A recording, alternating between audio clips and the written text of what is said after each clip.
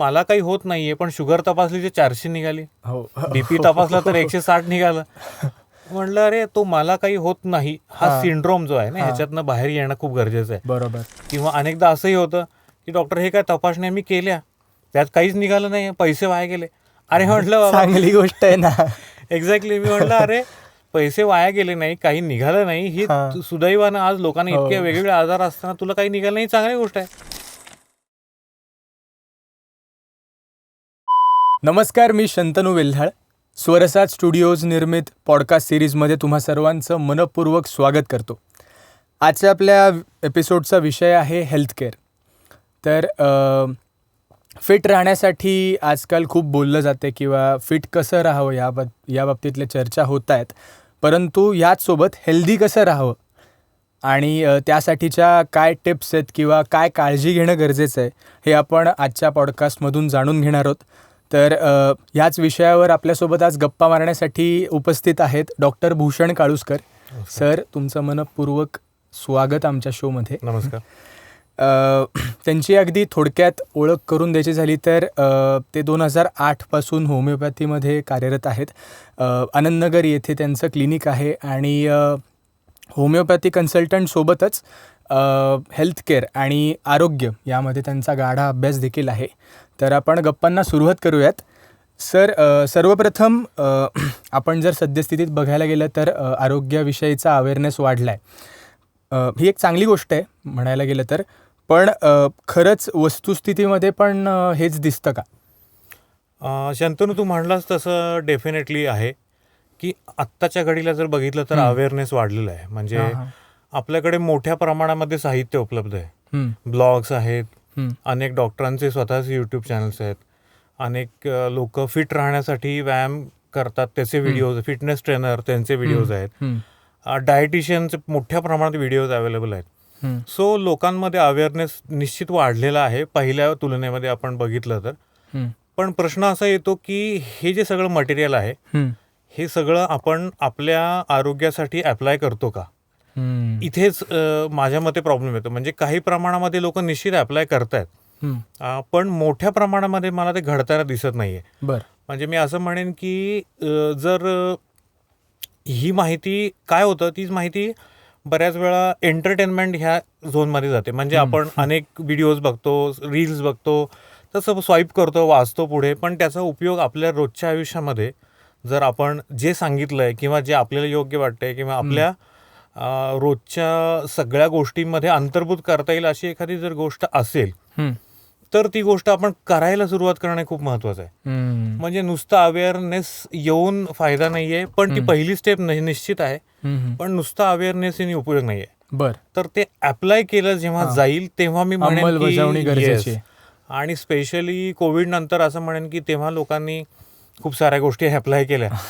म्हणजे पॅनिक की सिच्युएशन होती की औषधं असतील, काढे असतील, अनेक प्रकारचे उपाय त्याच्यावरती असतील, तर ते आणि लाईफस्टाईल मॉडिफिकेशनही त्याच्यामध्ये असेल काही जणांनी केलेलं. तर ज्या लोकांनी कोविड गेल्यानंतर पण हे चालू ठेवलंय त्यांचं मी म्हणेन they are on right track. ते फायद्यात आहेत. येस. पण ज्यांनी घाबरून तात्पुरतं सुरू केलं होतं आणि नंतर आता कोविड गेलाय, चला आता परत हॉटेलिंग सुरू करू वगैरे ज्यांनी सुरू केले ते लोकांचं निश्चित आता अवस्था फार काही चांगली नसणार आहे. बरोबर. सो अवेअरनेसच्या बरोबर ऍप्लिकेशन हा मला खूप मोठा पार्ट वाटतो.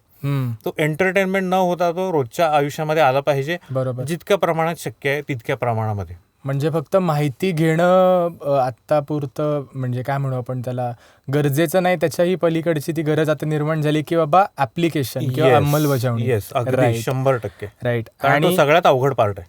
म्हणजे अंमलात आणणं हा सगळ्यात अवघड पार्ट आहे. कारण आता सुदैवानं इंटरनेटमुळे माहितीचा प्रचंड हे आहे. म्हणजे आपण त्याला म्हणतो की देअर इज अ डिफरन्स. म्हणजे माझ्याकडे भरपूर सारा डेटा आहे, भरपूर सारा माहिती उपलब्ध आहे, पण नॉलेज मला नाहीये.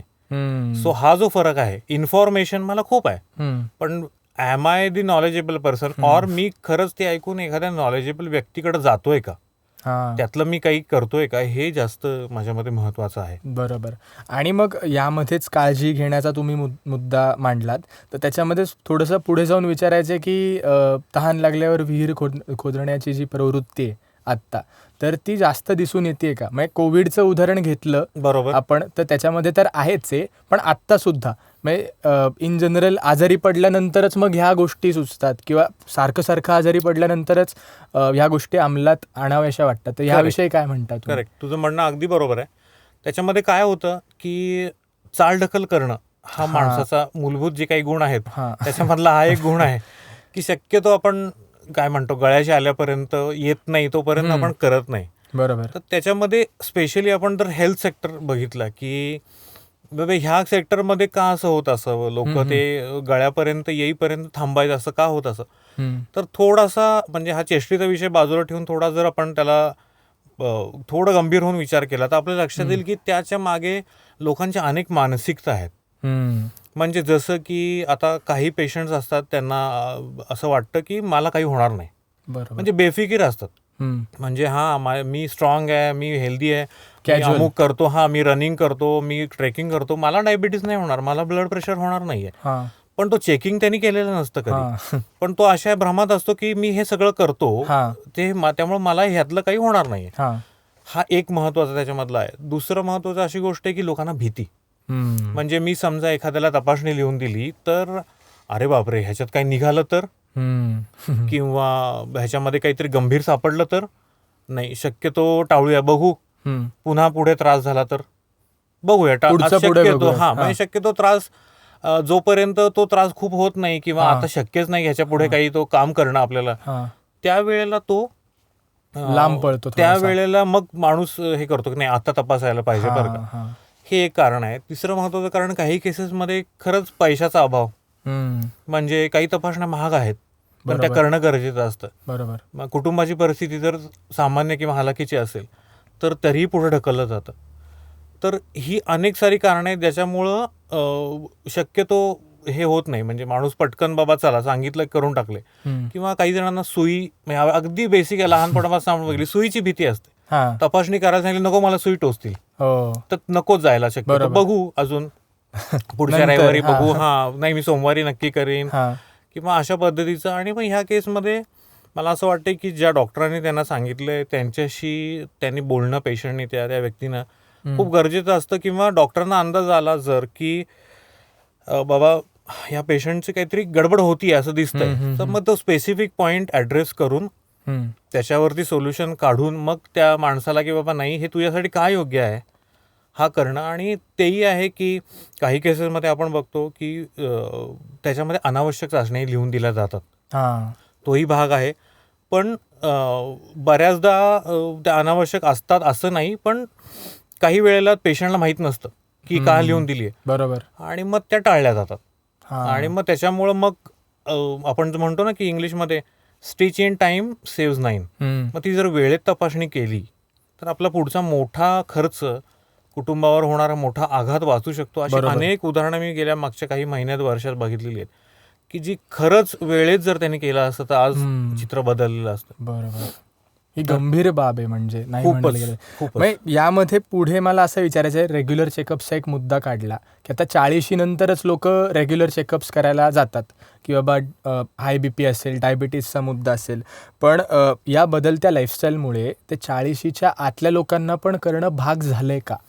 म्हणजे तुमचे जे पेशंट्स किंवा अनुभव जो सांगतो तुमचा, तर त्याबद्दल मला ऐकायला म्हणजे इन्फॉर्मेटिव्ह आहेच ती गोष्ट अर्थात. निश्चित.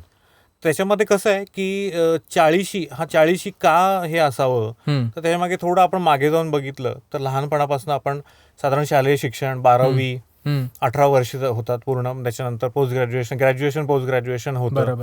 साधारण 20, 22, 25 पर्यंत तुमचं सगळं आटपतं. 25व्या वर्षी तुम्ही नोकरीला लागता.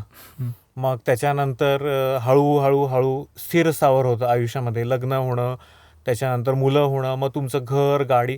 साधारण 40शी पर्यंत तुम्ही बऱ्यापैकी स्थिर स्थावर झालेलं असतं. तर पहिली वर्ष जी आहे ती स्ट्रगलची वर्ष असतात. बरोबर. त्या स्ट्रगलच्या वर्षामध्ये तुमचं फिजिकल मेंटल एक्झर्शन मोठ्या प्रमाणात होत असतं. पण एकदा तुम्ही का 40शीला आलात की जिथे एक स्टॅबिलिटी तुम्हाला आली, मग तुमचं बैठकाम वाढतं. बरोबर. डेस्क वर्क थोडं. येस, बैठकाम वाढतं, एक्झर्शन, फिजिकल एक्झर्शन कमी होतं, मेंटल एक्झर्शन म्हणणार नाही पण स्ट्रेस वाढतो. बरोबर. कारण अनेक जबाबदाऱ्या आलेल्या असतात, त्या निभवायच्या असतात, टिकवायच्या असतात, वाढवायचं असतं. व्यवसाय असेल तर, नोकरी असेल तर तिथे बढती मिळवायची असते. आणि मग बैठकाम जेव्हा सुरू होतं तेव्हा तुमच्या नकळत तुमच्या शरीरामध्ये फॅट, मेदाचं प्रमाण वाढायला लागतं. आणि हे सुरू झालं की 40 हा टप्पा का महत्त्वाचा आहे, कारण अनेक आजारांची सुरुवात, म्हणजे आपण जर 40ला तपासण्या व्यवस्थित करायला लागलो तर आपल्याला असं दिसतं की अनेक आजारांची, गंभीर आजारांची सुरुवात 40च्या आसपास झालेली असते. अच्छा, म्हणून तो टप्पा गरजेचा आहे. म्हणून तो खूप महत्त्वाचा आहे. बरं. की 40 म्हणजे हा आपण ॲव्हरेज, खूप ॲव्हरेजली बोलतोय, केस टू केसमध्ये फरक पडू शकतो, पण एक ब्रॉड लेवलला आपण म्हणूया. तर त्या ठिकाणी मग 40ला तुम्हाला डायबिटीस, बीपी, तुमच्या घरी कोलेस्ट्रॉलची हिस्ट्री असेल तर ती महत्त्वाची आहे.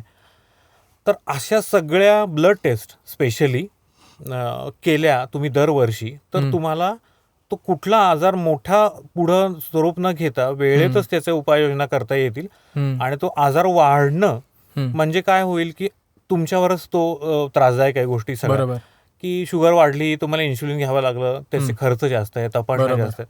हेच तुम्ही जर वेळेत रेग्युलर वर्षातनं एकदा तपासण्या केल्यात तर तुम्हाला सगळ्या गोष्टी वेळेत कळतील आणि त्याच्यामुळं तुम्ही एक पाऊल पुढे राहाल आणि आजार आटोक्यात ठेवण्यासाठी लवकरात लवकर तुम्ही उपाययोजना करून त्याच्यावरती नियंत्रण मिळवू शकाल. मग ह्याच्यामुळे तुमचं मानसिक स्वास्थ्य छान राहतं. बरोबर. आणि आता बघितलं तर खूप खर्चिक झालेलं आहे, फायनान्शियल तुम्ही तुमचं स्वास्थ्य व्यवस्थित राहतं. त्यामुळे ह्या सगळ्या गोष्टी 40च्या आसपास सुरू करणं गरजेचं. मी सगळ्या माझ्याही पेशंटना सांगतो की इफ यू आर 40+, साधारण वर्षातनं एकदा, म्हणजे तुमच्याकडे घरी हार्ट अटॅक, पॅरालिसिस किंवा अशी कुठली कॅन्सर किंवा अशी कुठली हिस्ट्री असू दे, बरोबर, किंवा नसू दे, करणं गरजेचं आहे. पण आफ्टर 40 स्पेशली तुम्ही वर्षातनं एकदा काही रुटीन ब्लड टेस्ट, ज्याच्यामध्ये तुमच्या संपूर्ण शरीरामध्ये जे जे ऑर्गन्स आहेत ते त्याचं कार्य नीट चाललंय का, त्याच्यामध्ये liver, kidney, heart, respiratory function नीट चाललेले आहेत का, आणि हे सगळं कळतं. सो त्या कोणत्या टेस्ट करायच्या हे तुम्ही तुमच्या फॅमिली डॉक्टरला दाखवून त्याच्याप्रमाणे तुम्ही करू शकता. त्यांना साधारण माहिती असतं. बरोबर. आणि या करणं अतिशय गरजेचं आहे आत्ताच्या लेवलला. आणि आता तू म्हणशील की थोडंसं 40च्या आधी आपण जर बघितलं की जिम मध्ये वगैरे करताना हार्ट अटॅक आला, खेळताना हार्ट अटॅक आला, यंग मुलांना हे दिसतं आपल्याला हल्ली खूप मोठ्या प्रमाणात. पण आहे आता, प्रचंड प्रमाणामध्ये भीती आहे त्याच्यामध्ये की लोक घाबरतायत. आणि तेच आहे की तुमच्याकडे जर फॅमिली हिस्ट्री असेल, तुम्हाला माहिती आहे, तर तुम्ही निश्चित 35 पासूनही तपासण्या करून घेऊ शकता. किंवा कोणतंही नवीन रुटीन सुरू करायचंय, तुम्हाला जॉगिंग करायचंय, किंवा काही जण तू बघितलं असेल की ट्रायथलॉन करतात, बरोबर, त्याच्यामध्ये मोठ्या प्रमाणात फिजिकल एक्झर्शन असतं. रुटीन मध्ये एक वेगळा चेंज करायचं असेल तुम्हाला तर तुम्ही ते अतिशय स्लोली केलं पाहिजे. ते करताना माझं ब्लड प्रेशर वाढत नाहीये ना, हार्टवरती काही ताण येत नाहीये ना, कोणीतरी कुठेतरी सोशल मीडियावर काहीतरी करताना दिसतंय आणि ते मला कॉपी करायचंय आणि मला लाईक्स मिळवायचेत आणि मला छान दिसायचंय, मला 6 पॅक्स पाहिजेत आणि खूप मी स्टायलिश पाहिजे, तर ह्याच्यासाठी तुम्ही ते करू नये. पण अतिशय गांभीर्याने घेण्याचा मुद्दा आहे हा. तर त्याचे दुष्परिणाम फार गंभीर असू शकतात आणि ते होऊ नयेत म्हणून तुम्ही सावकाश आणि व्यवस्थित अंडर गायडन्स ह्या सगळ्या गोष्टी केल्या पाहिजेत, असं माझं स्पष्ट मत आहे. बरोबर. फॅमिली डॉक्टरचा एक मुद्दा तुम्ही आत्ता काढला, तर ती संकल्पना कितपत महत्त्वाची आहे तुमच्या दृष्टीने? आत्ता सुपर स्पेशालिस्ट आणि स्पेशालिस्टच्या जमान्यामध्ये मी डेफिनेटली म्हणेन की फॅमिली डॉक्टर अत्यंत महत्त्वाचा त्या चेनमधला एक घटक आहे. ओके. अनफॉर्च्युनेटली फॅमिली डॉक्टरची संख्या कमी कमी होत चाललेली आहे. फॅमिली डॉक्टर का महत्त्वाचा आहे, तर मागच्या 2 ते 3 पिढ्या त्यांना माहिती असतात. बरोबर.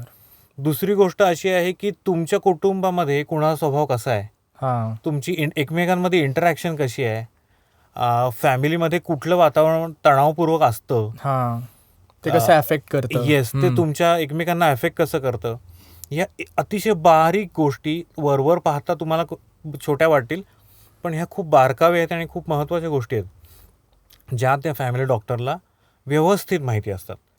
आणि दुसरी महत्त्वाची गोष्ट की त्याच्यामुळं तो तुम्हाला योग्य दिशा किंवा योग्य डिरेक्शन देऊ शकतो की बाबा ही टेस्ट तुला करायची आहे का, बरोबर. करायची असेल तर का करायची आहे. आणि त्याचबरोबर हां. जर कोणती टेस्ट अनावश्यक असेल तर ही टेस्ट तू करू नकोस, याची तुला आत्ता गरज नाही, हे पण उघडपणे हेही तो स्पष्टपणे सांगू शकतो. आणि तुम्ही सुद्धा अतिशय कॉन्फिडंटली किंवा मनमोकळेपणे किंवा तुमचे सगळे डाऊट्स कुठले, म्हणजे आता अनेक ह्याच्यामध्ये डॉक्टर पेशंट संवाद कमी होत चाललाय. बरोबर. ऑकवर्डनेस पण एक पॉईंट आहे. ऑकवर्डनेस ही पॉईंट आहे आणि भीती पण आहे की मी डॉक्टरांना कसं विचारू, किंवा काही काही ठिकाणी असं दिसतं की डॉक्टर खूप चिडून उत्तर देतात, वेळ नसतो वगैरे वगैरे. पण कमी होत चाललेला डॉक्टर पेशंट संवाद, सुसंवाद असं म्हणू आपण, तर त्याच्यामध्ये सुद्धा फॅमिली डॉक्टर महत्त्वाचा रोल प्ले करू शकतो. बरं.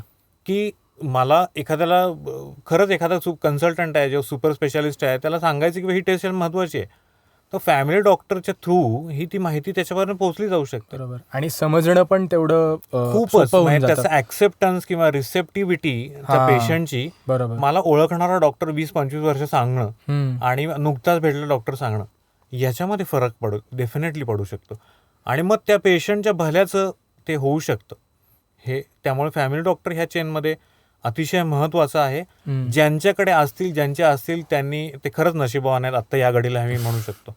नाही, म्हणजे ते गरजेचं झालेलं आहे आजच्या काळामध्ये. आणि पुन्हा तुम्ही एक मुद्दा मगाशी काढलात, त्यावरच मला विचारायचं आहे की मानसिक संतुलन किंवा स्वास्थ्य. बरोबर. तर यामध्ये ह्या धकाधकीच्या जीवनात जसं म्हटलं तुम्ही, डेस्क वर्क वाढतो किंवा बसून काम वाढतं, हालचाल फार होत नाही, तर याच्यामध्ये हेल्थकेअर, म्हणजे आता आपण थोडं डीप जाऊयात थोडंसं, की शारीरिक काळजीसोबत आपण मानसिकदृष्ट्या सुद्धा किती तंदुरुस्त राहावं. खूप खूप मोठा घटक आहे हा. म्हणजे हेल्थची डेफिनेशन जी वर्ल्ड हेल्थ ऑर्गनायझेशननी केलेली आहे त्याच्यामध्ये physical, social and mental well-being of the person, okay, and not मिअर absence of the disease. बरं. तर ह्याच्यामध्ये जो मेंटल जो आहे ना, तो अत्यंत क्रुशियल आहे. आणि आत्ताच्या घडीला जर आपण बघितलं तर कोविडपासनं स्पेशली मेंटल हेल्थवरती लोक बोलायला लागली आहेत. किंवा आपण जर पाहिलं की अनेक सेलिब्रिटीज आहेत, तुला क्रिकेटर्सही काही माहिती असतील, ते स्पष्टपणे डिप्रेशनबद्दल बोलतात. बरोबर. त्यांच्या अकाउंट्सवरती किंवा त्या संबंधित मेन्शन करतात, किंवा ते जे प्रोफेशन आहे त्याच्यामधून ते ब्रेक सुद्धा घेतात. राईट. की नाही, मला आता हे अति होत आहे. ओके. सो मेंटल हेल्थ हा मी म्हणेन की तुमच्या पूर्ण, म्हणजे तुमचं जे काही वैयक्तिक आयुष्य आहे त्याचा गाभा आहे. बरं. गाभा आहे. अगदी 100%. कारण मनाचं आरोग्य जितकं चांगलं तेवढं तुम्ही एक व्यक्ती म्हणून तुमचं योगदान देऊ शकता, तुमच्या कुटुंबाला सपोर्ट करू शकता, आणि तुम्ही स्वतः सॅटिस्फाईड, पर्पजफुल किंवा मिनिंगफुल आयुष्य जगू शकता. बरोबर. तर याच्यामध्ये मन आणि शरीर ह्या एकाच नाण्याच्या दोन बाजू आहेत. हे आपण वर्षानुवर्ष ऐकतोय किंवा हे आपल्याला माहिती आहे. तर ते कसं, मी एक छोटंसं उदाहरण देतो, म्हणजे किती वेगानं स्ट्रेस तुम्हाला एफेक्ट करू शकतो. आणि तो जर क्रॉनिक, म्हणजे जुना झाला तर काय करू शकत असेल याची आपण कल्पनाच केलेली बरी. तर आता अचानक समजा तू क्लासमध्ये आहेस, शिकतोय शाळेमध्ये किंवा, आणि अचानक तुला सांगितलं सरांनी, अरे अमुक पाढा म्हण, ती कविता म्हणून दाखव, स्टेजवर जाऊन ह्याच्याविषयी भाषण दे. तर सुरुवातीला काय होतं आपल्याला, किंवा घाबरून जातो. येस. म्हणजे त्यांनी सांगून आपल्याला ऐकू येऊन आपल्या मेंदूपर्यंत ती सूचना जाईपर्यंत हा मायक्रो सेकंडचा काळ असतो. बरोबर. तिथून आपण उभे राहीपर्यंत आपली धडधड वाढलेली असते, तोंडाला कोरड पडलेली असते, हाताला घाम फुटलेला असतो, लटपट कापत असतो आपण. हे किती सेकंदामध्ये होतं? अगदी, म्हणजे हार्डली मायक्रो सेकंदामध्ये. किंवा तर इतक्या फास्ट, म्हणजे आता तुला काय का झालं, स्ट्रेस आला. स्ट्रेस म्हणजे काय, अरे बापरे मला म्हणायला सांगितली, मला येईल का, मला हसतील का, त्याच्यानंतर जमेल का मला उभं राहिल्यावर, बापरे काय चुकलं माझं तर. हा स्ट्रेस निर्माण झाला, हा मनामध्ये झाला, हे तर नक्की आपण जाणतो. बरोबर. त्याचा परिणाम शरीरावर दिसला, व्हिजिबल परिणाम. म्हणजे घाम आला हाताला, हृदयाची गती वाढली, हे दीज आर व्हिजिबल इफेक्ट. बरोबर. तर ते दिसले. सो इतक्या फास्ट तो स्ट्रेस तुम्हाला हे करू शकतो, थोडक्यात त्याचे करू परिणाम. शकतो. येस. आणि मग आपल्या रोजच्या आयुष्यामध्ये आपण अनेक गोष्टी ज्या करत असतो त्याही स्ट्रेसफुल होतात. मग ते हळूहळू तो क्रॉनिक, म्हणजे जुना स्ट्रेस व्हायला लागतो. आणि जेव्हा जेव्हा तो स्ट्रेस जुना होतो तेव्हा त्या स्ट्रेसचे दुष्परिणाम, काही हॉर्मोन्स असतात जे स्ट्रेस झाल्यावर रिलीज होतात, मग त्यांनी आपल्या शरीरामध्ये बरीच पडझड होते.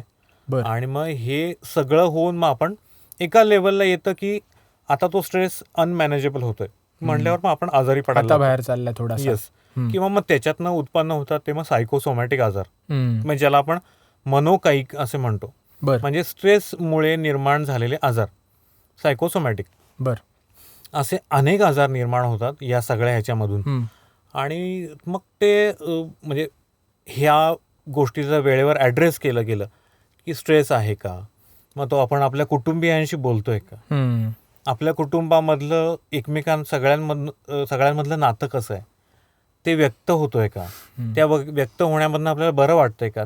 जर नसेल वाटत तर आपण त्यातला जो कोण प्रोफेशनल आहे, म्हणजे सायकोलॉजिस्ट आहे, काउन्सलर आहे, सायकॅट्रिस्ट आहे, त्याला अप्रोच होतोय का. त्याला अप्रोच होऊन मग तो कुणाला काउन्सिलिंग लागेल, कुणाला औषध गोळ्या लागतील. होमिओपॅथीमध्ये सुद्धा ह्याला अतिशय छान औषधं आहेत बर. आणि आम्ही अनेक केसेसमध्ये त्याचे रिझल्ट्स पाहिलेले आहेत. तर इकडे आपण अप्रोच होतोय का, ते खूप महत्त्वाचं असतं. आणि तसं झालं तरच तुम्ही मेंटली हेल्दी राहाल. मेंटली हेल्दी राहिलात, मानसिकदृष्ट्या तंदुरुस्त राहिला, बरोबर. तर तुमचं बाकी सगळंही मॅनेजेबल होऊ शकणार आहे. म्हणजे याच्यामध्ये हा मुद्दा येतो की गायडन्स, तो प्रॉपर गायडन्स, तुम्हाला Yes. मार्गदर्शन खूप गरजेचं आहे. ते येस. योग्य मार्गदर्शन. येस. कारण की तुमचं जर मार्गदर्शन कुठेतरी चुकलं किंवा तुम्ही स्वतः निर्णय घ्यायला लागलात तर ते अवघडून बसेल. करेक्ट. राईट. आता त्यामध्ये थोडंसं आपण मागे जाऊयात. कोरोना काळातलं जर आपण थोडं बघितलं, तुम्ही इम्युनिटी पॉवरचा मगाशी उल्लेख केला किंवा आपण ते प्रतिकारशक्तीबद्दल बोललो, तर त्यावेळेस अचानक लोकांना म्हणजे त्याची गरज जाणवू लागली आणि आर्सेनिक अल्बमसारखे जे होमिओपॅथिक औषध आहेत, गोळ्यात, ते घ्यायला सुरुवात केली. आणि मग आता वाढवावी बाबा याच्यासाठी, प्रतिकार करण्यासाठी त्या आजाराचा, म्हणून लोक त्याच्या मागे लागले. पण आत्ता सीझन चेंजेस आणि ह्या सगळ्या गोष्टींना बळी पडून जी लोक आजारी पडत आहेत त्यांचं प्रमाण पण वाढलेलं आहे. बरोबर. तर आता ही इम्युनिटी पॉवर ही ॲक्च्युली मेंटेन करण्याबाबत तुम्ही काय सांगाल? कारण की होतंय असं की लोक पुन्हा तेच की आजारी पडल्यानंतर त्यांना जाग येते की बाबा इम्युनिटी पॉवर चांगली असायला पाहिजे होती किंवा प्रतिकारशक्ती व्यवस्थित असायला पाहिजे होती. तर त्याबद्दल म्हणजे त्याच्याकडे तुम्ही बघता कसं? आता इम्युनिटी म्हणजे प्रतिकारशक्ती, म्हणजे आपण म्हणलो की त्या शब्दामध्येच त्याची व्याख्या आहे की अशी आपल्या शरीरामधली शक्तीची प्रतिकार करते. बरं. तर ही जी इम्युनिटी आहे ही पहिल्यापासून, म्हणजे अगदी जन्मापासून आपल्या बरोबर असते. म्हणजे आईच्या पोटात असताना सुद्धा आईचे इम्युनिटी प्रोव्हाइड करणारे पेशी आहेत ते बाळाला वाचवत असतात. आणि त्याच्यानंतर बाळाचा जन्म झाल्यानंतर त्याची स्वतःची इम्युनिटी सुरू होते, काम करायला लागते आणि आपण जिवंत आहोत तोपर्यंत ती आपल्याला साथ देत असते. तर ह्या सगळ्यामध्ये मला एक कायम महत्त्वाची गोष्ट अशी वाटते की इम्युनिटी वाढवायची किंवा मुळात एक कन्सेप्ट लोकांमध्ये आहे, तो मला चुकीचा आहे असं वाटतं. बरं. की इम्युनिटीसाठी आपल्याला काहीतरी करायला पाहिजे. म्हणजे जणू काही आपण ते काहीतरी आपण नाही केलं तर ती इम्युनिटी काही काम करणार, आपली कामाची नाही, म्हणजे आपली तशी ती कमी आहे आणि ती आपण नाही काही केलं तर ती आपल्याला त्रासदायक ठरेल किंवा ती कमी पडेल, आपण आजारी पडू. मग आपण काहीतरी वेगळं त्यासाठी केलं. आता वेगळं म्हणजे काय, हे सगळे सोपे उपाय, हे खा ते खा वगैरे, म्हणजे जे मेन उपाय ते कोणी करत नाही. बरं. तर मुळामध्ये इम्युनिटी ही तिची त्याची किंवा आपण थोडंसं अंडर एस्टिमेट त्याला करतो. बरं. की ती इतकी सुंदर आणि पॉवरफुल अशी सिस्टीम आपल्याला निसर्गाने दिलेली आहे की म्हणजे आता एक छोटंसं उदाहरण म्हणून तुला सांगतो की आपल्याला लहानपणी कांजिण्या होतात. कांजिण्या परत होतात का रे आयुष्यामध्ये एकदा झाल्यावर? नाही होत. का नाही होत? त्याचं कारण असं आहे की जेव्हा कांजिण्याचा व्हायरस, हे व्हायरल इन्फेक्शन आहे, तो व्हायरस आपल्या शरीरामध्ये येतो, तो मल्टिप्लाय होतो, म्हणजे इन्फेक्शन होतं, मग ताप येतो वगैरे वगैरे, आपली पेशी त्याच्याशी लढून ते संपूर्ण व्हायरसला त्याचा संपवून टाकतात. बरोबर. आणि त्या व्हायरसला नलिफाय किंवा न्यूट्रलाइज करण्यासाठी जे तयार होतं त्याला म्हणतात अँटीबॉडीज. या अँटीबॉडीज त्या व्हायरसला सगळ्या मारून टाकतात. पण ह्याच बरोबरीनं तो जो व्हायरस आहे त्याच्या एक्झॅक्ट अगेन्स्ट, म्हणजे हा व्हायरस परत कधी आला तर त्याला मारण्यासाठी त्याची एक मेमरी अँटीबॉडी स्टोअर झालेली असते. बरं. म्हणजे जी अँटीबॉडी तयार करतात त्याची एक मेमरी पण तयार होते जी स्टोअर्ड केली जाते. सो जेव्हा केव्हा आयुष्यामध्ये हा व्हायरस पुन्हा सामोरा येईल तेव्हा ते मेमरी सेल्स ऍक्टिव्हेट होतात आणि त्या व्हायरसला वाढूनच देत नाही. सो ही इतकी जबरदस्त सिस्टीम आहे. म्हणजे आपल्या पूर्ण ह्याच्यामध्ये ते मेमरी सेल्स राहणं, ते आयडेंटिफाय करून पुन्हा त्या व्हायरसला मारून इन्फेक्शन होऊ न देणं. सो ही त्याची व्यवस्थित चालू असते. परमनंट उपाय तो आहे. येस, त्याची ती व्यवस्थित, त्याला अजिबात अंडर एस्टिमेट करू नका. ती फार सुंदर सिस्टीम आहे आपल्याकडची. तर त्याच्यासाठी वाढणं कमी करणं ह्यालाही चुकीचं आहे म्हणेन मी. आता ती जर चुकीच्या पद्धतीने काम करायला लागली तर आपल्याला ॲलर्जी होते. ओके, ॲलर्जी म्हणजे अति काम करते, नको इतकं काम करणारी इम्युनिटी झाली की म्हणजे ॲलर्जी होते. बरोबर. किंवा त्याला काही वेळेला आपण ऑटो इम्युन डिसीज म्हणतो. हा शब्द आता खूप माहिती झालाय लोकांना. तर त्याच्यामध्येच आहे ऑटो इम्युन, म्हणजे आपल्या शरीरातलेच पेशी या आपल्या शरीरातल्या एखाद्या संस्थेवरती किंवा ऑर्गनवरती, सिस्टीमवरती हल्ला चढवतात. बरोबर. तर याच्यामध्ये रुमॅटॉइड आर्थरायटिस आहे, डायबेटीस आहे, थायरॉइड आहे, अनेक आजार आत्ता आहेत जे ऑटो इम्युन आहेत. हे असं का होतं, त्या पेशी अचानक आपल्या शरीराविरुद्ध का वागायला लागतात हे आपल्याला माहिती नाहीये, पण हे घडतं. सो इम्युनिटी वाढवायची म्हणण्यापेक्षा ती आहे त्या लेवलला मेंटेन करणं हे खूप महत्वाचं आहे. तर ती वाढवणंही चुकीचं आहे आणि कमी आपोआप होणंही चुकीचं आहे. बरोबर. तर मग याच्यासाठी सोप्या ज्या गोष्टी आहेत, म्हणजे there is no one formula, one pill, one tablet, एक पदार्थ असा कुठला नाही की ज्याने ती आता हे खाल्लं आता मी संपलं, असं सोपं नाहीये ते. तर आपले रोजची दिनचर्या आहे, आपण सकाळी उठल्यापासून रात्री झोपेपर्यंत काय काय करतो, काय खातो, काय पितो, काय बघतो, काय विचार करतो, या सगळ्यावरती त्याचं अवलंबून आहे. तुमची दिनचर्या जेवढी चांगली, जेवढी व्यवस्थित, तेवढी तुमची इम्युनिटी चांगली. हेल्दी लाईफस्टाईल तुम्ही फॉलो करत असाल तर इम्युनिटीसाठी जाऊन कुठलं तरी औषध, मल्टीविटॅमिन्स हे तुम्हाला घेण्याची अजिबात गरज नाही. वा, म्हणजे तुमच्याकडून येते खूप गरजेचं आहे. कारण की सहसा हे म्हणजे सांगितलं जात नाही एवढ्या उघडपणे, डॉक्टरांच्या मार्फत आपण असं म्हणूयात. आणि आता थोडंसं फिटनेसकडे मी ज्या पॉईंटला सुरुवात केली पॉडकास्टला, की फिट राहण्याबाबत खूप बोललं जातं की फिटनेस असा ठेवावा, हे केल्याने फिटनेस वाढेल किंवा काय म्हणू आपण त्याला, की राहील तेवढा. बरोबर, ती स्ट्रेंथ मेंटेन राहील. तर या फिटनेसवर आपण स्वतः फिट कसे आहोत किंवा ते जे प्रमाणे, तर लोकांना हा प्रश्न पडलेला असतो की बाबा आता मला पळता येतं व्यवस्थित, मला काही फार धाप लागत नाहीये किंवा माझं पचन व्यवस्थित होतंय, माझी झोप व्यवस्थित आहे, तर मग मी बाबा फिट आहे का? तर मग वेगवेगळ्या प्रमाणांमधनं ते चेक केलं जातं. तर त्याचं कोणतं तरी एक प्रमाण आहे का? आता ह्याच्यामध्ये पुन्हा थोडासा 2 मुद्द्यांची मिसळ आहे. मला वाटते हेल्दी, नाही मी हेल्दी आहे का आणि मी फिट आहे का. बरोबर. तर हेल्दी असणं वेगळं, फिट असणं वेगळं. बरोबर. आता फिटनेस म्हणजे आता मला स्पेसिफिक, म्हणजे एक बाबा ॲव्हरेज माणूस शहरामधला, त्याला बैठं काम आहे, थोडं ड्राईव्ह करावं लागतं, संध्याकाळी येऊन घरातली कामं करावी लागतात वगैरे. बरोबर. तर तो हे जे सगळं व्यवस्थित सगळं करू शकत असेल तर तो त्याच्या लाईफस्टाईलसाठी फिट आहे. ओके. पण तू उद्या म्हणलास, तोच माणूस म्हणला नाही मला ट्रेकिंग करायचंय, नाही मला हाफ मॅरेथॉन धावायची आहे, मला सायकलिंग करायचंय, तर त्याचा फिटनेस हा त्या पुढच्या रेजिमला बदलेल. त्याला त्यासाठी तो फिटनेस कमवावा लागेल. बरोबर. असं नाही होणार की मी आज ज्या पद्धतीचं काम करतोय तोच फिटनेस मला पुढे उपयोगी पडेल. सो तुम्ही काय करता आहात, तुमचं रुटीन काय आहे, तुम्ही स्त्री पुरुष आहात का, वय काय आहे, अनेक गोष्टी त्याच्यामध्ये आहेत आणि त्याच्यावर ठरेल की तुम्ही फिट आहे का. म्हणजे काहींना ट्रेकिंगची आवड असते, तर त्यांना फिट राहण्यासाठी त्यांना वेगळ्या पद्धतीचे व्यायाम करावे लागतील. बरोबर. आणि जे रेग्युलर रुटीन फक्त फॉलो करतात, वेगळं काही करत नाही, त्यांना फिट राहण्यासाठी वेगळ्या पद्धतीचे व्यायाम करावे लागतील. बरोबर. म्हणजे fitness is ability to do physical work. Okay. हा त्याच्यामधला अर्थ आहे. सिंपल, अगदी सोप्या शब्दात, कॉम्प्लिकेट न करता आपण असं बघूयात त्याच्याकडे. येस. आणि मग तुमचा फिटनेस तुम्हाला वाढवायचा आहे किंवा अमुक गोष्टीसाठी तो तुम्हाला करायचा आहे, तर तुम्हाला तसं अंडर गायडन्स, प्रॉपर ट्रेनिंग घेऊन तो करता येतो, निश्चितपणे करता येतो. मग तुम्ही म्हणू शकता की नाही, I am fit to run a marathon. Okay. किंवा मी 40 किलोमीटर सायकलिंग करू शकतो किंवा मी अनेक गड चढू शकतो. ओके. सो असं जर तुम्ही केलं तर टप्प्याटप्प्यानं करण्याची गोष्ट आहे, ती तुम्ही अचीव्ह केली की म्हणू शकता now I am fit. Categorise झालेलं आहे, म्हणजे की फिटनेस ह्या प्रकारातला फिटनेस वेगळा आणि त्या प्रकारात. बरोबर. म्हणजे आपण सगळीकडे एकाच वेळेला हात नाही ठेवू शकत. Yes, correct. सो त्या पद्धतीनं तुम्ही हे करावं. म्हणजे अमुक एक, तेच मी मगाशी म्हटलं तसं की अमुक एक सायकलिंग करतोय, अमुक एक सारखाच ट्रेकिंग करतोय, सगळ्याचे फोटो अपलोड करतोय इंस्टाग्रामवर, फेसबुकवर, बापरे तो केवढा फिट आहे आणि माझं काय, म्हणून काहीतरी करायला जाऊ नका. बरोबर. सो जे काही करायचे तुम्ही अंडर गायडन्स करा, स्लोली करा, तुमचं शरीराकडे तुम्ही ऐका.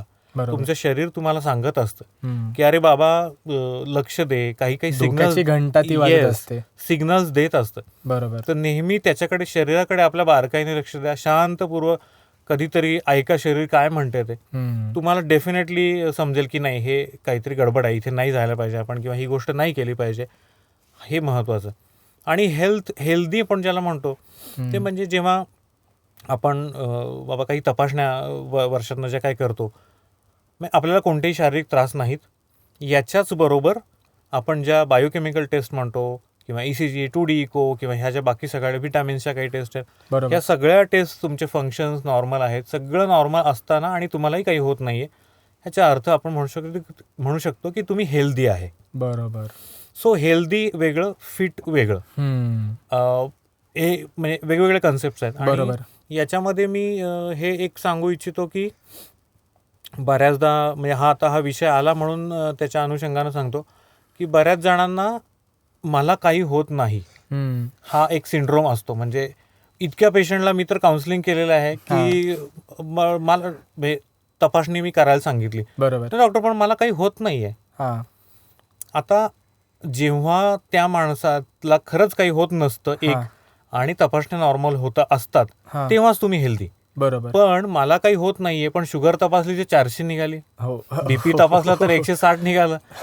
म्हणलं अरे, तो मला काही होत नाही हा सिंड्रोम जो आहे ना, ह्याच्यातनं बाहेर येणं खूप गरजेचं आहे. बरोबर. की स्पेशली डायबिटीज, ब्लड प्रेशर या आजारांच्या बाबतीमध्ये, की जिथे जे अतिशय छुप्या पद्धतीने येतात, तुम्हाला कोणताही सुगावा न लागून देता आणि आतमधलं डॅमेज मात्र करत राहतात.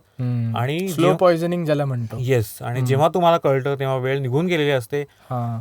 देव न करो, पण परमनंट डॅमेज झालं एखाद्या ऑर्गनला शरीरातल्या, तर तुम्ही काहीही करू शकत नाही. बरोबर. आणि आत्ता अगदी नुकतीच सुद्धा मी काही उदाहरणं बघितलेली आहेत. एक पेशंट माझा, त्याला खूप म्हणजे डायबिटीस होता, म्हणजे बॉर्डरवर होता, बऱ्याच काळ तपासणी केली नाही, मग एक इन्फेक्शन झालं.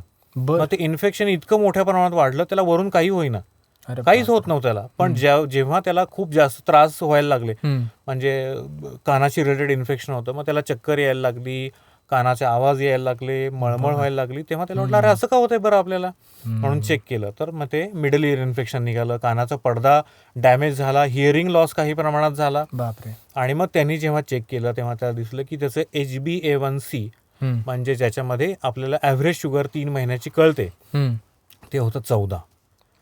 ते पाहिजे 5.5 ते 6च्या दरम्यान. तर हे मोअर दॅन डबल झालं. आणि ह्या इट शोज की you have a very very poor control of diabetes. So जेव्हा डायबिटीज हा पुअर कंट्रोल्ड स्टेटमध्ये असतो, तुमच्या शरीरामध्ये तो मुरतो, तेव्हा तुमच्या अनेक ऑर्गनला तो डॅमेज करतो. ते डॅमेज तुम्हाला सिम्पटम्स म्हणजे कोणत्याही आजाराच्या स्वरूपामध्ये किंवा कोणत्याही स्वरूपाची लक्षणांमध्ये दिसेलच याची गॅरंटी नाही. तुम्हाला डायबिटीस आणि बीपी झालं आणि त्याचे सिम्पटम आले तर तुम्ही नशीबवान समजा. पण बहुतांश केसेसमध्ये हे सायलेंटली ग्रो होतात. म्हणून नियमित तपासणी गरजेचं आहे. आणि म्हणून मला काहीच होत नाही, मी का तपासणी करू. किंवा अनेकदा असंही होतं की डॉक्टर हे काय तपासण्या मी केल्या, त्यात काहीच निघालं नाही, पैसे वाया गेले. अरे म्हटलं चांगली गोष्ट आहे ना. एक्झॅक्टली. मी म्हटलं अरे पैसे वाया गेले नाही, काही निघालं नाही, ही सुदैवानं आज लोकांना इतके वेगवेगळे आजार असताना तुला काही निघालं नाही, चांगली गोष्ट आहे. त्याच्यात पैसे वाया गेले नाही असं बघण्यापेक्षा की बाबा आत्ता मला ह्या वर्षी कळलं की मी आत्ता ह्या स्टेटला हेल्दी आहे, हाच मी पुढे मॅक्सिमम प्रयत्न करेन की मेंटेन ठेवण्याचा आणि चांगली लाईफस्टाईल फॉलो करून पुढे जाऊन मी हे असंच पुढच्या वर्षीपर्यंत मेंटेन करेन, जोपर्यंत शक्य आहे तोपर्यंत. ग्रेट. आता मी शेवटच्या प्रश्नाकडे येतो. हेल्दी आणि फिट यामधला तुम्ही फरक सांगितला, तर हेल्दी राहण्यासाठी सर्व वयोगटातील लोकांसाठी तुमच्याकडून काय टिप्स असतील? कारण की हे बरेचदा सोशल मीडियावर बघितलं जातं की बाबा कुठल्या प्रकारे हेल्दी राहू शकतो आपण, 5 टिप्स टू बी हेल्दी वगैरे, आणि मग कधीतरी ते फॅक्च्युअल नसतं किंवा मग वेगळ्याच प्रकारे कुठल्या तरी वेगळ्याच मार्गावर जातो तो, आणि मग ते उपयुक्त तेवढं ठरत नाही. बरोबर. तर मग तुम्ही काय सांगाल की काय गोष्टी केल्याने किंवा बेसिक ज्या गोष्टी आपण घरच्या घरी करू शकतो, अशा प्रकारच्या कोणत्या टिप्स? हेच खूप जास्त महत्त्वाचं आहे असं मला वाटतं की आपल्याला सहज आपल्या दैनंदिन आयुष्यामध्ये जे करणं शक्य आहे, आपलं सगळं सांभाळून ते करायला सुरुवात करणं. बरोबर. म्हणजे आता मगाशी आपण बघितलं की वर्ल्ड हेल्थ ऑर्गनायझेशननी जी डेफिनेशन सांगितली त्याच्यामध्ये फिजिकल, मेंटल आणि सोशल वेलबिंग आणि आजाराचा नुसता आजार नसणं असं नसून हे सगळं पण त्याच्याबरोबर पाहिजे. म्हणजे मला आजार काहीच नाही आहे, बरोबर, पण ह्याच्यामध्ये पण गडबड आहे, तर ते उपयोगाचं नाही. तर त्याच्यामध्ये मी हे सांगेन की हेल्दी लाईफस्टाईल फॉलो करणं हा खूप महत्त्वाचा आहे. म्हणजे अतिशय एक महत्त्वाचा मुद्दा ह्याच्यात येतो की बऱ्याचदा जो चर्चेला पण जातो पण तो फॉलो होत नाही असं मला वाटतं. की आजूबाजूला तू बघितलं असेल बघ, काही जण असतात ते म्हणतात मला वजन वाढवायचं आहे, काही जण म्हणतात मला वजन कमी करायचं आहे.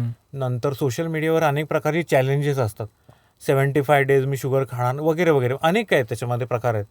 काही जण त्याच्या मागे असतात. काही जणांना ॲब्स मला दाखवायचे आहेत किंवा मला काही किलोमीटर मी सायकलिंग करू शकतो हे मला दाखवायचं आहे.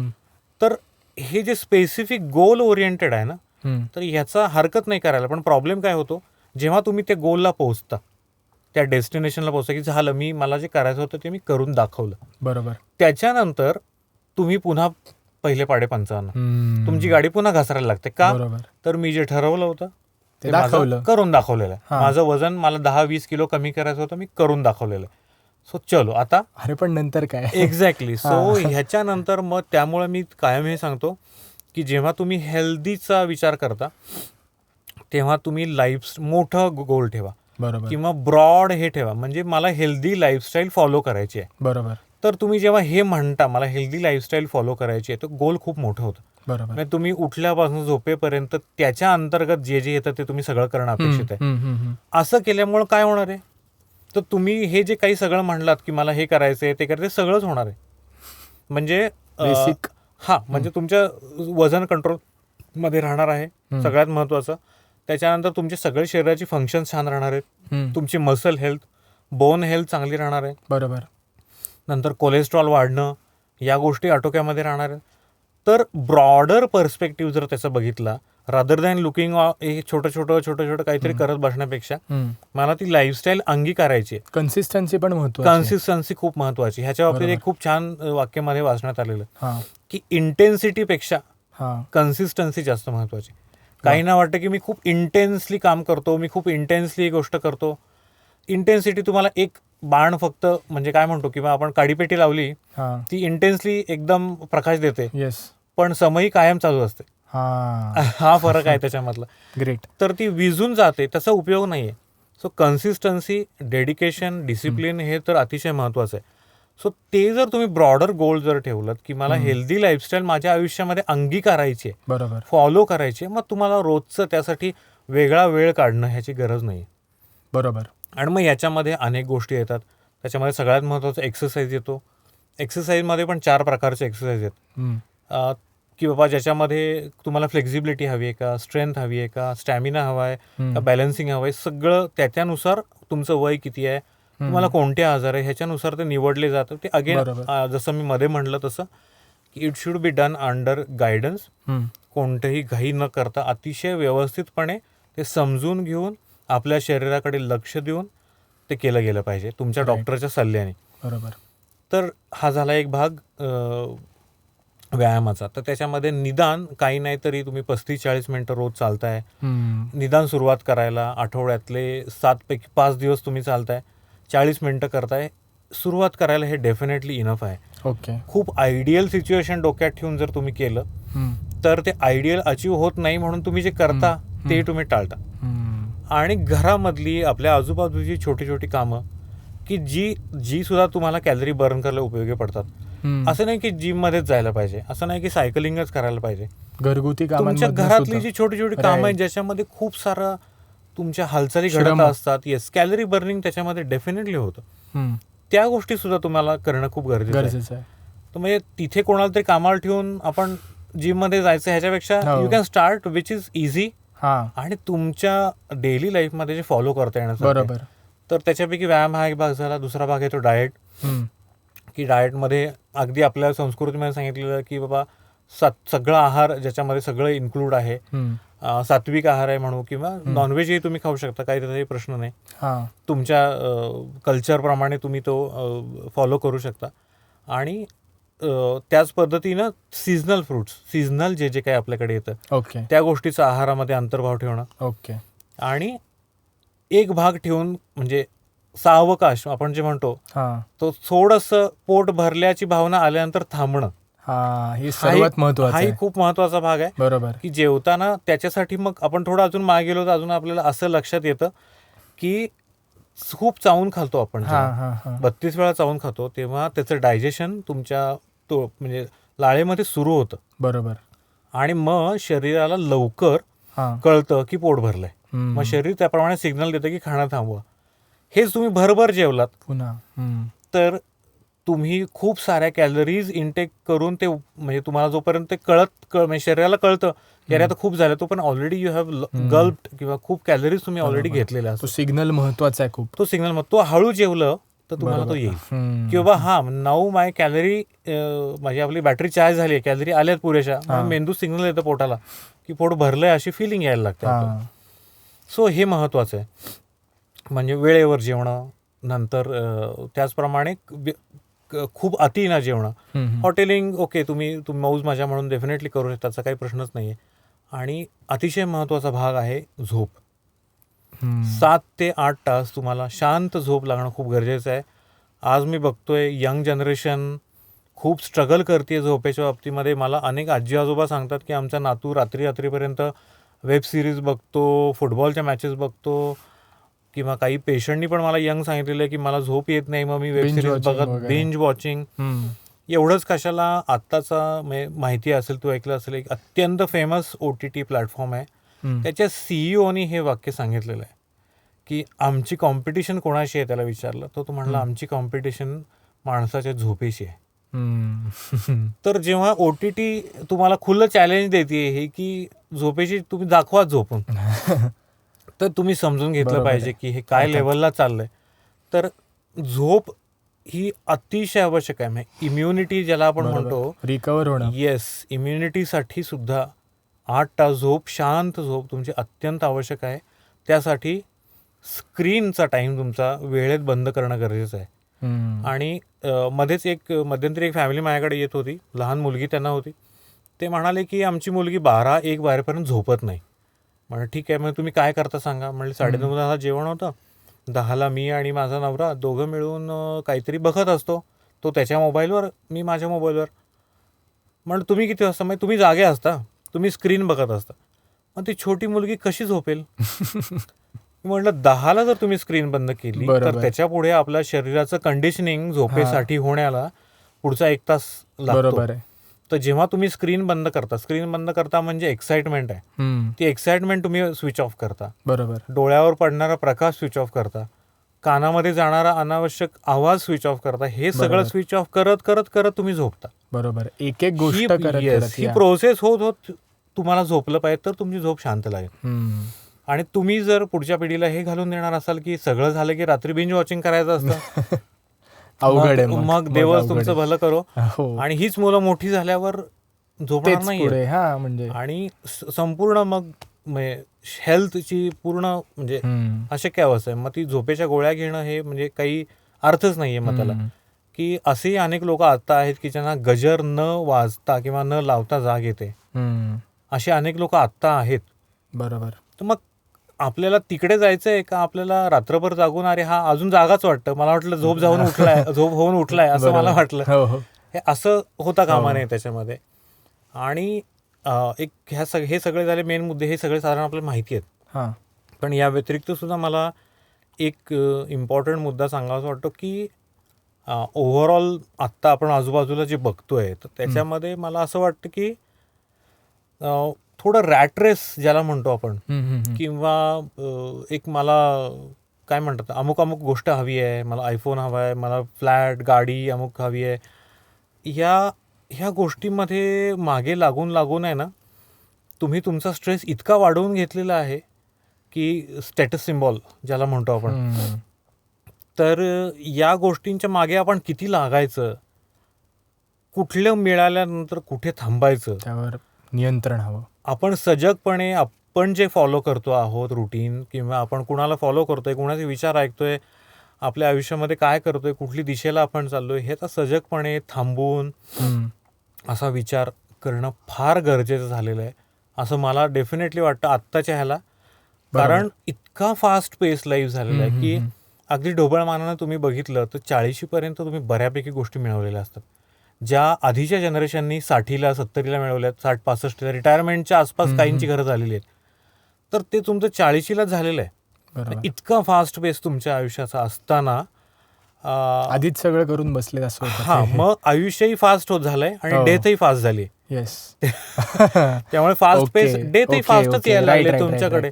बरोबर. सो ह्याच्यासाठी मी थोडं स्लोईंग डाऊन, थोडंसं तुमचं पेस कमी करा, जाणीवपूर्वक पेशन्स ठेवा. किंवा स्पेशली मी म्हणेन की 80-90च्या दशकामधली जी लाईफस्टाईल होती, म्हणजे अगदी जशी तशी कॉपी नाही करता येणार मला माहिती आहे, पण आपण म्हणू की जेव्हा भारताची अर्थव्यवस्था खुली झाली, जेव्हा हे सगळे ब्रँड्स तुम्हाला माहिती नव्हते, आज जे तुमच्या एका क्लिकवर अवेलेबल तुमच्या घरी येतात, बरोबर, तर त्या काळी काही प्रमाणात सुबत्ता होती. बरोबर. पण जी सुबत्ता होती ते पैसे खर्च करण्यासाठी मला साधनं नव्हती, मर्यादित होती. बरोबर. आता असं झालंय की माझ्या इतके ऑप्शन आहेत, म्हणजे मला खर्च करण्यासाठी, एन्जॉय करण्यासाठी खूप प्रचंड सारे ऑप्शन्स आहेत. हे ऑप्शन्स असताना मी संयम कसा बाळगतो. काही ठिकाणी रिक्षाने जाता मी चालत कसं, मी पूर्वीचे पालक म्हणायचे आत्ता इथे रिक्षा नाही करायची, आठवत असेल तुला की नाही चालत जाऊ, नाही सायकलनी जाऊ. तर हा संयम, किंवा हॉटेलिंग करायचे, तुम्हाला मजा करायची, फाईन, आय कॅन अंडरस्टँड, पण मजा अशी नका करू जी तुमच्या अंगाशी येईल. बरोबर आहे. बरोबर. तर त्या केसमध्ये मग ते मी डेफिनेटली सांगेन की जर थोडीशी पूर्वीची लाईफस्टाईल जिथे संयम होता, स्लो पेस लाईफ होतं, किंवा आपण सजगपणे बघू शकतो काय आपलं चाललंय, कुठे चाललोय, हे करणं खूप गरजेचं आहे असं मला वाटतं. आणि असं झालं तरच मग आपण हे सगळं डिस्कशन केलं की बाबा हेल्दी राहायचं. कशासाठी राहायचं आहे, तर ह्याच्यासाठीच की आपण प्रोडक्टिव्ह खूप चांगले होऊ, आपल्याला जी मन बुद्धी दिली आहे ह्याचा आपण समाजासाठी चांगला वापर करू, बरोबर, आपल्या स्वतःसाठी चांगला वापर करू. मग जर आपण शरीराने हेल्दी असलो तरच ह्या गोष्टी आपल्याला करणं शक्य आहे. बरोबर. आणि जर आपण हेल्दी नसू तर मनही तसंच आपलं डिस्टर्ब राहणार आहे. बरोबर. आणि आपण ती जी कॅपॅसिटी आहे आपली ती वापरू शकणार नाही आहे. त्याचबरोबरीनं थोडंसं कुठेतरी एक सोशल आस्पेक्टही तुम्हाला पाहिजे असं मला हल्ली खूप वाटायला लागलंय, की तुम्ही सोशली काहीतरी कोणासाठी करणं ज्याच्यामध्ये तुम्हाला पैसा, पद, प्रतिष्ठा काही मिळणार नाहीये, पण एखाद्या व्यक्तीसाठी केलेलं समाधान, काहीतरी केलं मी त्यासाठी मिळणार, त्यातून मला मिळणारं समाधान, बरोबर, ही गोष्ट सुद्धा तितकीच महत्वाची आहे. की जेव्हा सोसायटीसाठी तुम्ही काहीतरी करता, तुमच्या त्या सोसायटीनं जे दिलंय ते तुम्ही परत देता, काही फॉर्ममध्ये असेल, तुमच्याकडे जे काही अवेलेबल असेल रिसोर्सेस त्याच्या स्वरूपामध्ये, तर हे दिल्यानं तुम्हाला जे समाधान मिळतं, सोसायटीशी तुमचा जो कनेक्ट राहतो, ही सुद्धा गोष्ट तुमची मेंटल हेल्थ शी निगडीत आहे, कुठे 100% निगडीत. बरोबर. कारण आपण अजून आपलं जग बारीक बारीक बारीक करत चाललो. एकाच घरात 3 जण असतील तर 3 जण वेगवेगळ्या दिशेनं मोबाईल घेऊन बसलेले असतात. सो आपलं जग अजून छोटं करतोय आपण, जे नाही बरोबर आहे. बरोबर. मेंटल हेल्थच्या दृष्टिकोनातून हे अत्यंत चुकीचं आहे. आपण सोशल ॲनिमल, आपण कनेक्शन्ससाठी जगणारे आहोत. सो कनेक्शन डेव्हलप व्हायला आणि आपला तो सेन्स टिकून राहिला की मी हा सोसायटीचा भाग आहे तर मला काहीतरी केलं पाहिजे, आणि खरंच त्याच्यातनं आनंद मिळतो. म्हणजे तुम्ही आयुष्याच्या कोणत्याही टप्प्यावर ही गोष्ट करा, पण हा जो एक अँगल आपण हरवत चालले आहोत की नाही, म्हणजे लोकांच्या लक्षातही नाही आहे की सोसायटीसाठी काहीतरी जे असे घटक आहेत ज्यांना खायला मिळत नाही, ज्यांना कपडे मिळत नाहीत, ज्यांचे अनेक चॅलेंजेस आहेत, तर अशा घटकासाठी करण्याचं समाधान हे खूप महत्वाचं. आणि ह्याच्यामध्ये राहिलं तोच मेंटल आपण बोललो, तर हे फिजिकल सांगितले मी, आणि हे जे सांगितलं की स्लोईंग डाऊन, हे मेंटलसाठी. आणि अगेन तेच मागे मध्यंतरी आपण बोललो तसं की तुम्हाला ज्या काही डिफिकल्टी असतील, तुम्हाला स्ट्रेस असतील, तर तुम्ही ते तुमच्या फॅमिली डॉक्टरशी, तुमच्या कुटुंबियांशी बोला. बोलून बरं वाटत असेल तर उत्तम, नाही वाटत असेल तर काही औषधोपचार, काउन्सिलिंग लागत असेल तर त्याच्या पुढे तुम्ही तिकडे जाऊन योग्य असं त्याच्यावरती म्हणजे उपाय करून then you can have a healthy life. बरोबर. सो ह्या गोष्टी खूप महत्त्वाच्या आहेत, यातल्या काही आपण मिस करतोय आणि त्या होऊ नयेत. आणि सोशल मीडिया स्क्रीन ॲडिक्शनपासून सुद्धा लांब राहणं खूप गरजेचं आहे. कारण निगेटिव्ह बातम्या, सतत काहीतरी विचित्र व्हिडिओज किंवा कोविडमध्ये इतके लोक गेली, इतके पॉझिटिव्ह, त्याचा मनावर झालेले परिणाम आणि म्हणजे त्यातल्या इव्हन बातम्या, हो म्हणजे व्हिडिओ वगैरे सोडून हो. बातम्या सुद्धा खूप निगेटिव्ह आहेत बरोबर हल्ली. बरोबर म्हणजे अनेकदा असं होतं की बातम्या पण वाचू नये. सो हो स्क्रीन ॲडिक्शन पासून सुद्धा तुम्ही लांब राहायला पाहिजे. म्हणजे हेल्दी राहण्यासाठी ह्या गोष्टी खूप गरजेच्या आहेत. तर ह्या सगळ्या गोष्टी मी तुला ज्या सांगितल्या हां ह्या संक्षिप्त स्वरूपामध्ये सांगण्याचं, म्हणजे आपण आपल्या कार्यक्रमामध्ये काय हे देऊ शकू लोकांना मेसेज, तर या संक्षिप्त स्वरूपामध्ये सांगण्याचा मी प्रयत्न केला आहे. बरोबर पण हा खूप मोठा टॉपिक आहे. हो पण हे लोकांपर्यंत पोहोचणं, हे जाणं, हे का महत्त्वाचं आहे हे कळणं, हे खूप महत्त्वाचं मी मानतो. म्हणून त्याद्वारे हा सांगण्याचा एक छोटा प्रयत्न. ग्रेट. मला वाटतं की हा गायडन्स खूप महत्त्वाचा आहे आणि त्याचप्रमाणे आपल्या गप्पा पण खूप छान झाल्या आणि प्रोडक्टिव्ह झाल्या. तुमचं खूप खूप धन्यवाद. सर्वप्रथम तुम्ही आलात इथे आणि एवढ्या मनमोकळ्या पद्धतीने आणि कॉम्प्लिकेटेड गोष्टी सोप्या करून सांगणं, जो गुंताय तो सोडवून सांगणं, हे खूप गरजेचं आहे आजच्या काळात असं मला वाटतं. तुम्हाला हा पॉडकास्ट जर आवडला असेल तर हा पॉडकास्ट नक्की लाईक करा, शेअर करा आणि आमच्या स्वरसाद स्टुडिओज या चॅनलला सबस्क्राईब करायला विसरू नका. आणि पुन्हा एकदा तुम्हाला हा पॉडकास्ट कसा वाटला, काही सजेशन्स असतील तर आम्हाला कमेंट बॉक्समध्ये नक्की कमेंट करून सांगा. Yes, so that's it. Thank you thank you so much. धन्यवाद.